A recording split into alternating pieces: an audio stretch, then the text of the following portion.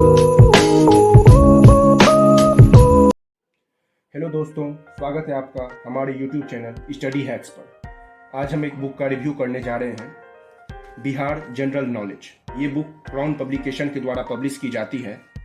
इस बुक की खासियत यह है कि अगर आप बीपीएससी या बिहार लेवल के किसी भी एग्ज़ाम की तैयारी कर रहे हैं जिसमें Bihar GK, Bihar polity, Bihar geography के बारे में क्वेश्चंस आते हैं, तो ये बुक आपके लिए बहुत हेल्पफुल होगी। इस बुक का प्राइस आप देख सकते हैं 450 है, लेकिन अगर आप अमेजॉन फ्लिपकार्ट से इसे लेने जाएंगे तो आपको 350 के अराउंड पड़ेगा, और अगर आप अपने नज़दीकी बुक स्टोर में जाएंगे तो शायद उससे भी कम दाम में आपको मिल सकता है। तो चलिए हम देखते हैं कि इस बुक में क्या है। तो जैसा आप देख सकते हैं, जैसे हम कंटेंट्स पे आते हैं तो इसमें चैप्टर्स को टोटल 8 पार्ट में डिवाइड किया गया है। पहला पार्ट है एन इंट्रोडक्शन ऑफ बिहार, दूसरा है हिस्ट्री ऑफ बिहार, तीसरा है ज्योग्राफी ऑफ बिहार, चौथा है सेंसस ऑफ बिहार 2011। क्योंकि ये थोड़ा सा अभी 2021 का सेंसस नहीं हुआ है, इसलिए 2011 के ही सेंसस पर ये बुक अभी उसी सेंसस के आधार पर प्रिंट की गई है। पांचवा आप देख सकते हैं इकोनॉमी ऑफ बिहार, छठा बिहार पॉलिटी, सातवां art culture and heritage of Bihar, जिसमें मधुबनी पेंटिंग और जो कलम आर्ट है, पटना कलम आर्ट है, ये सब के बारे में चर्चा होगा। एंड आठवां आप देख सकते हैं अदर एरियाज ऑफ बिहार, जिसमें बिहार में एजुकेशन क्या है, टूरिज्म क्या है। तो चलिए अब हम हर एक चैप्टर को देखते हैं। जैसे इंट्रोडक्शन ऑफ बिहार है तो ये पेज 1 to 5 में है। तो जैसे हम पेज नंबर 1 में जाते हैं तो यहाँ बिहार के बारे में इंट्रोडक्शन है, बिहार का स्टेट सिंबल्स है, ज्योग्राफिकल इंट्रोडक्शन है, एडमिनिस्ट्रेटिव यूनिट, ये सब बिहार में बिहार के बारे में दिया गया है कि बिहार से किन किन को भारत रत्न मिला है। ये सब आप फर्स्ट चैप्टर में देख सकते हैं। दूसरा चैप्टर है हिस्ट्री ऑफ बिहार। अब हिस्ट्री ऑफ बिहार में आप जैसे आएंगे तो sources of the ancient Bihar, इसके बारे में चर्चा किया गया है। जो एंशियंट हिस्ट्री है जिसमें आप समझ सकते हैं कि एंशियंट बिहार के बारे में, जिसमें मगध डायनेस्टी, हरियंका डायनेस्टी, इस सब के बारे में आएगा। इसके बाद आप देख सकते हैं कि आप जैसे जानते हैं कि बिहार से ही जैनिज्म और बुद्धिज्म का स्प्रेड हुआ था, पूरे वर्ल्ड में फैला। तो किस तरह से rise and spread of Jainism and Buddhism हुआ, इसके बारे में चैप्टर है। तो इसी प्रकार से आप देख सकते हैं मौर्यन एम्पायर। हम आगे बढ़ते हैं, post Mauryan dynasties, Maurya dynasty के बाद कौन कौन डायनेस्टीज आई, इस सब के बारे में है। तो आप समझ गए होंगे कि हिस्ट्री ऑफ बिहार में किस तरह से क्वेश्चंस, किस तरह से इसको दिया गया है। बिहार दिल्ली सल्तनत के समय कैसा था, मेडिवल पीरियड के बारे में चर्चा की गई है। किस तरह से अफगान्स का राइज हुआ बिहार में, उसके बारे में भी बताया गया है। आप Bihar during the Mughal rule, जब बाबर, अकबर सब जब इस कंट्री पे रूल कर रहे थे, उस समय बिहार की क्या स्थिति थी, उसके बारे में भी बताया गया है। Bihar during the 18th century, जब ब्रिटिश इंडिया यहाँ आ रही थी और अपना स्प्रेड कर रही थी, तो उस समय बिहार की क्या स्थिति थी, उसके बारे में भी दिया गया है। जो civil rebellion and tribal uprising हुआ बिहार में, क्योंकि पहले आप जानते हैं बिहार झारखंड एक ही था, तो जो ट्राइबल रिवोल्ट हुआ, फिर उसमें बिरसा मुंडा का रोल आएगा, उस सब के बारे में दिया गया है। इसके बाद आप देख सकते हैं कि ये बहुत इंपॉर्टेंट है हर एक एग्जामिनेशन पॉइंट ऑफ व्यू से, the revolt of 1857 and Bihar. इसमें आप देख सकते हैं कि जो 1857 में रिवोल्ट में बिहार का क्या योगदान था, किस तरह से रिवोल्ट जो हुआ था पूरे इंडिया में, उसमें बिहार का क्या योगदान था, क्या इम्पैक्ट पड़ा था। और फ्रीडम मूवमेंट इन बिहार, जब बिहार में आप जानते हैं कि महात्मा गांधी ने भी अपना आंदोलन यहीं से शुरू किया था, चंपारण से, तो फ्रीडम मूवमेंट किस तरह से बिहार में रन किया गया था, उसके बारे में है। तो आप देख सकते हैं कि ये जो हिस्ट्री है ये एंशियंट से लेके मेडिवल, मॉडर्न, इस सब को कवर करता है। चलिए अब हम दूसरा पार्ट देखते हैं। तीसरा पार्ट ये है geography of Bihar, page number 96। तो ज्योग्राफी ऑफ बिहार में हम जाते हैं, जिसमें आप देख सकते हैं कि ज्योग्राफिकल स्ट्रक्चर क्या है बिहार का। बिहार का आप देख सकते हैं यहाँ पे फिजियोग्राफिक डिवीजन क्या है, किस तरह से कौन नदी बह रही है, कहाँ से क्या कौन सा रॉक है, कहाँ विंध्यान रॉक्स कहाँ है, ये सब बताया गया है। आप देख सकते हैं किस टाइप का रॉक मिलता है, किस किस जिले में मिलता है, उसके बारे में चर्चा की गई है। अब आप देख सकते हैं डिस्ट्रिक्ट प्रोफाइल, कौन डिस्ट्रिक्ट कहाँ पर है, किस बॉर्डर से सटता है, ये सब भी इसमें दिया गया है।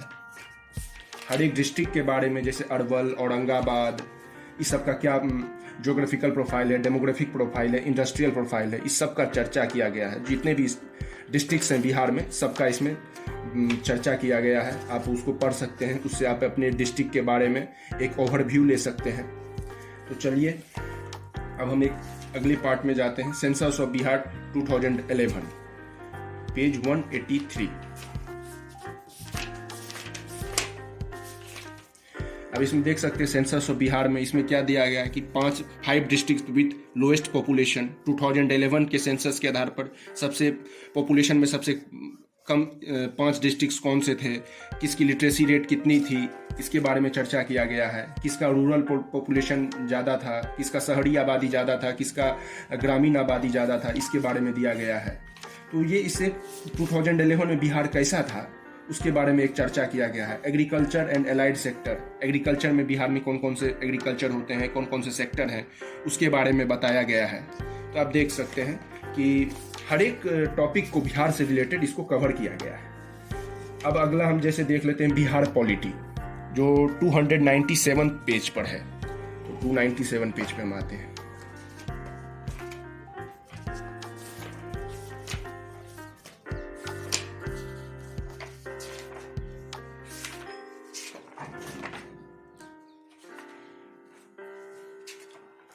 देखिए, जिसमें पहला चैप्टर जो है बिहार पॉलिटी का, वो क्या है, the state executive legislature and judiciary.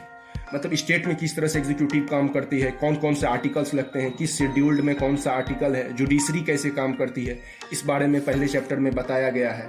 Financial powers क्या होते हैं, लेजिस्लेटिव पावर क्या होते हैं, एग्जीक्यूटिव पावर क्या होते हैं, मिनिस्टर्स को क्या प्रोविजन मिलता है, इस सब के बारे में बताया गया है।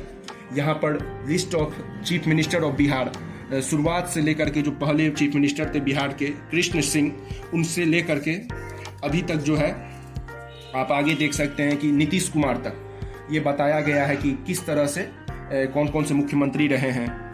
इसके बाद आप देख सकते हैं कि स्टेट लेजिस्लेचर के बारे में भी बताया गया है कि स्टेट लेजिस्लेचर का क्या पावर है, लेजिस्लेटिव काउंसिल क्या होती है, उस सब के बारे में आपको बताया गया है। जैसे Bihar public service commission, BPSC, इसकी तो बहुत विद्यार्थी तैयारी करते हैं। तो बीपीएससी क्या है, बीपीएससी का चेयरमैन कौन है, बीपीएससी किस तरह से काम करती है, किस आर्टिकल के तहत स्टेट कमीशन को बनाया जाता है, उस सब का चर्चा है। अभी तक कौन कौन से चेयरमैन हुए हैं बीपीएससी के, उसके बारे में दिया गया है। तो और इसके बाद आप हर एक चीज़ में एक ध्यान दीजिएगा कि हर एक चैप्टर के एंड में मल्टीपल चॉइस क्वेश्चंस है, क्योंकि आप जानते हैं कि बिहार के में जो पीटी होता है उसमें 150 क्वेश्चन आते हैं, जिसमें से 30 to 35 क्वेश्चन अराउंड बिहार से रिलेटेड होते हैं। तो ये बिहार रिलेटेड क्वेश्चंस के लिए बहुत अच्छी बुक है। और ये आप देख ही सकते हैं कि सब हर एक चैप्टर के एंड में उसके रिलेटेड कुछ क्वेश्चंस दिए गए हैं।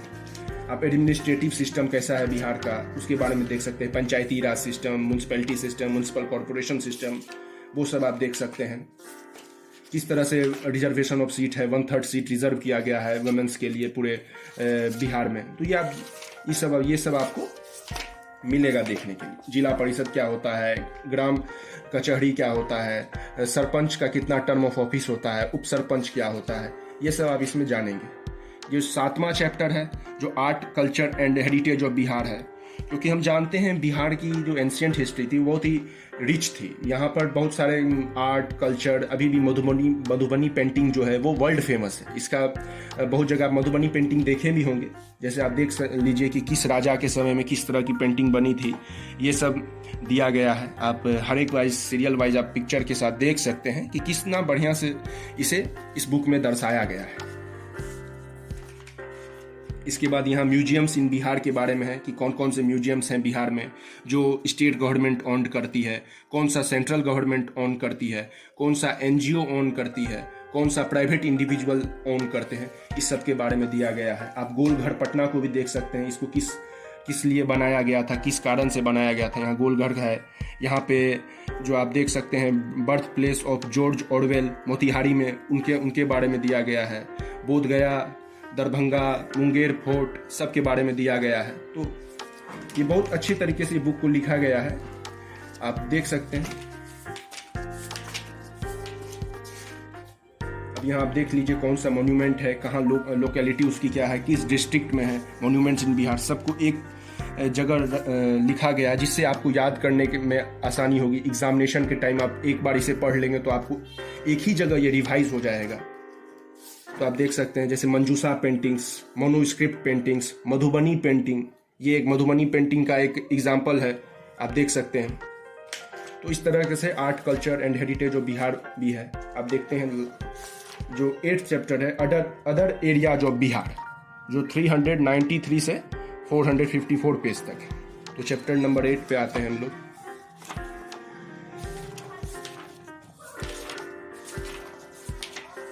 देखिए अदर एरियाज ऑफ बिहार, जिसमें एजुकेशन इन बिहार, बिहार में एजुकेशन का क्या डेवलपमेंट हुआ है, प्रेजेंट सिनेरियो क्या है, यहाँ हायर एजुकेशन की क्या स्थिति है, यहाँ पे कौन कौन से यूनिवर्सिटीज़ हैं, कौन कौन से मेडिकल एंड डेंटल कॉलेजेस हैं, कौन से लॉ कॉलेजेस हैं, कौन से आयुर्वेदिक कॉलेजेस हैं, कौन से इंजीनियरिंग कॉलेज हैं, इस सब के बारे में दिया गया है।